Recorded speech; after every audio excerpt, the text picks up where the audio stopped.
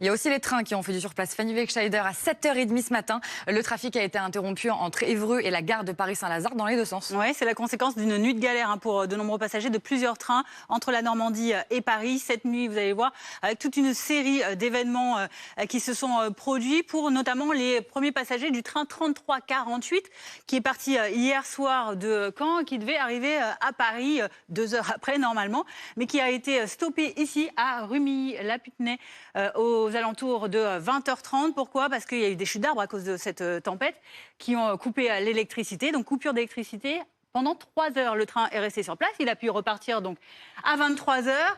Et puis, à peine 8 minutes après, eh bien, il percute malheureusement 4 sangliers. Donc, restop, pas très loin, à Conches-en-Ouche. On est juste avant la gare d'Évreux. C'est là qu'ils sont stoppés donc, pendant quelques temps. Mais ce choc, il a entraîné un incendie dans ce même train. Qui a dû être traité. Les pompiers sont aussi intervenus parce qu'il y a un petit garçon qui a fait un malaise à cause de cet incendie. Donc, toute une série de catastrophes, je le disais.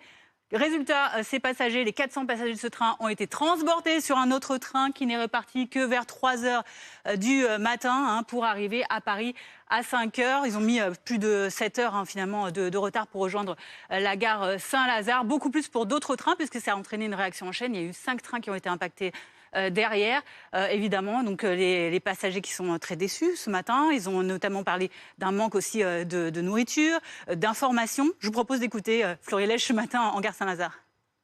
On devait partir à 18h de Granville et le train a été supprimé, donc on a dû monter en voiture jusqu'à Caen et là 4 heures de retard.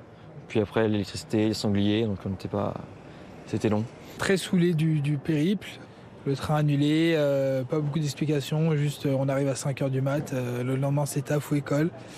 Donc beaucoup de déception sur le périple. Bon, la bonne nouvelle, c'est que ce matin, le trafic est revenu à la normale. Plus de perturbations en Normandie, selon la SNCF. La SNCF qui s'engage également à rembourser les passagers du train 3348 à hauteur de 200% du prix du billet. Bon, c'est déjà ça. Et le trafic en Auvergne-Rhône-Alpes, on sait qu'il y a eu aussi quelques perturbations. Oui, en effet, on va le voir en détail avec ces lignes SNCF qui ont été interrompues, des lignes de TER, Lyon, Givors, Saint-Étienne, Givors, Lyon, Grenoble, Lyon, Saint-Étienne, Le Puy-en-Velay, Lyon, Roanne, Montbrisson, Roanne, Lyon, Paray, Le Monial, Lyon ou encore Lyon, Saint-André, Le Gaz. Autre TER également impacté toujours dans cette région. On va le voir juste après si ça arrive.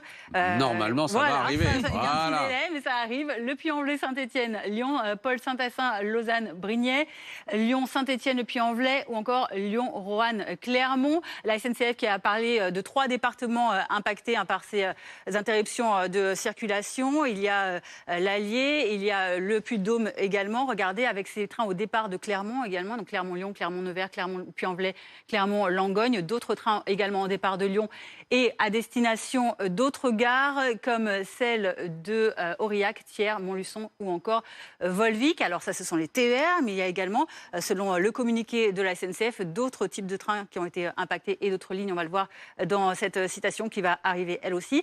Donc des perturbations, on a vu suppression donc de TER, mais aussi d'intercités, ainsi qu'une réduction des dessertes de certains TGV cette fois-ci. Par ailleurs, vous voyez, la vitesse de certains trains aura été limitée.